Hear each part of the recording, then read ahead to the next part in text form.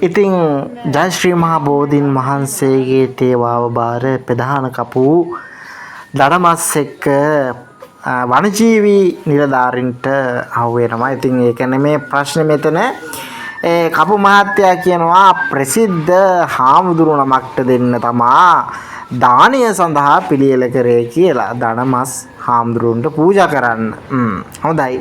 එතකොට මස් වැද්දෙක් හාමුදුරුන්ට මේක පූජා කරන්න.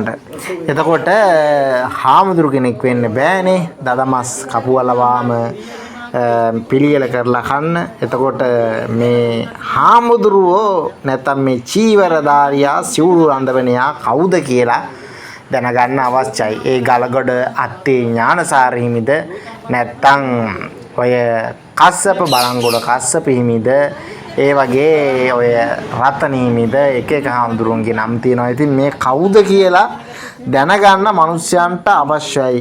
ඒක නිසා කරුණා කරලා කවුද ඒ හාමුදුරුවෝ කියන එක කියන්න කියලා අපි ප්‍රකාශ කරනවා. මොකද එහෙම නැතුනොත් මිනිස්සයෝ මේ එක එක ප්‍රසිද්ධ හාමුදුරුවන්ගේ නම් වැරදියට හිතනවා, සැක කරනවා. ඒක නිසා කරුණා කරලා කියන්න කපු මහත්තයෝ කවුද ඒ ස්වාමීන් වහන්සේ.